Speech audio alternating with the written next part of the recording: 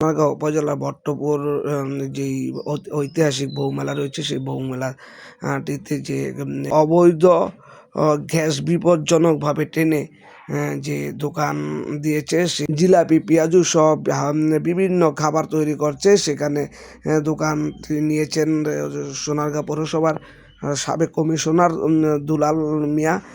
সেখানে কিন্তু তিনি অবৈধভাবে গ্যাস টেনে এখানে খাবারের আইটেম, বিভিন্ন খাবারের আইটেম তৈরি করছে এবং বড় বড় 3-4টি চুলা জ্বালিয়ে কিন্তু এখানে বিপজ্জনক অবস্থায় গতকাল রাতে দেখা গিয়েছে যে একটি বড় ধরনের দুর্ঘটনা ঘটে যাওয়ার সম্ভাবনা রয়েছে। সেখানে কিন্তু এলাকাবাসী রয়েছেন, এলাকাবাসী অনেকে ব্যক্তিরা জানিয়েছিলেন সে দুলাল কমিশনার সবসময় সে অবৈধ কাজের সাথে জড়িত থাকে, অবৈধ কাজগুলি বেশি করে থাকে।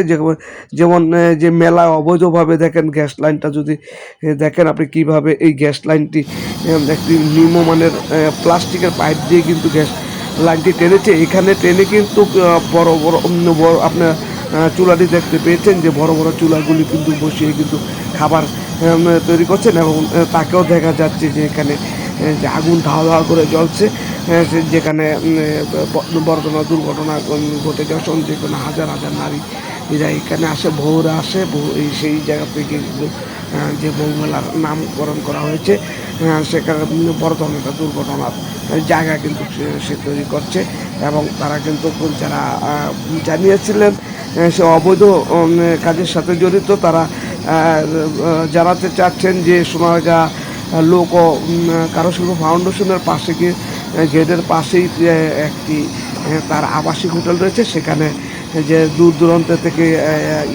স্কুল কলেজের ছাত্র করে এখানে আসে এবং এসে সময় কাটায়। তবে আমরা যাব ওখানে গিয়ে আসলে বিষয়গুলি দেখব, যদি তার সততা থাকে আমরা পুলিশে জানাবো এবং পুলিশ সেভাবে ব্যবস্থা নেবে।